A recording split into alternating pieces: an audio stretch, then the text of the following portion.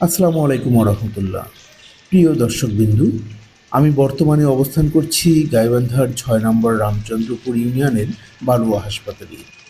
এই হাসপাতালটি বিশাল বিস্তৃত 37 বিঘা জমির উপর নির্মিত একটি হাসপাতাল। রাজ্য আছে, রাজ সিংহাসন আছে, নেই সেই রাজা, নেই সেই তরবারের ঝনঝনানি।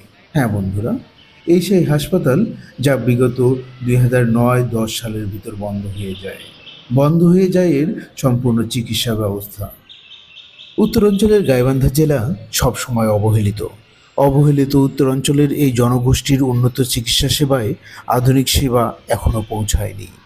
চীনের বিনিয়োগকৃত 1000 শয্যা বিশিষ্ট এই আধুনিক হাসপাতালটি গাইবান্ধার এই বালুয়া হাসপাতালে প্রতিষ্ঠা করা হলে অন্তত গাইবান্ধা সহ আশেপাশের 15টি জেলার মানুষ উপকৃত হবে এবং উন্নত সেবার স্বাদ পাবে।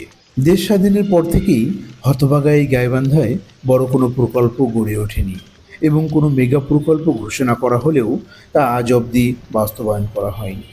তাই এই হাসপাতালটি স্থাপনের জন্য জোর দাবি জানিয়েছেন অবহেলিত এবং কপালপোড়া গাইবান্ধা জেলার মানুষজন।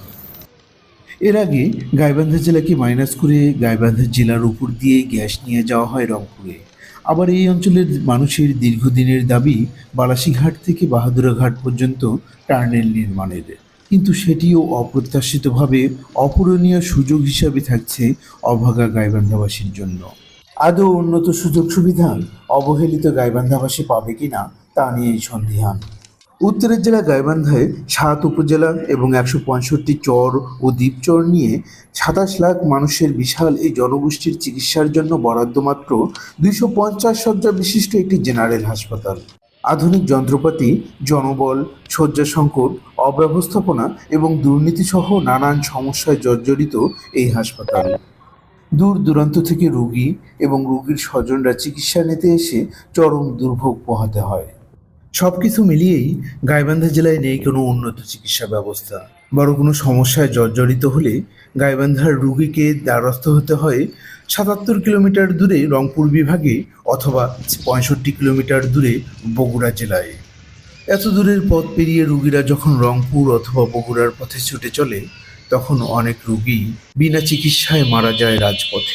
সবকিছু মিলিয়েই অভাগা গাইবান্ধাবাসীর জন্য প্রয়োজন এখন একটি উন্নত হাসপাতাল। তাই সাধারণ মানুষের দাবি, চীনের 1000 শয্যা বিশিষ্ট হাসপাতালটি গাইবান্ধার এই বালুয়া হাসপাতালে নির্মাণ করা হোক। এতে যেমন উপকৃত হবে গাইবান্ধাবাসী, তেমনই উপকৃত হবে গাইবান্ধা জেলার আশেপাশের 15টি জেলার মানুষ। তাই মাননীয় প্রধান উপদেষ্টার কাছে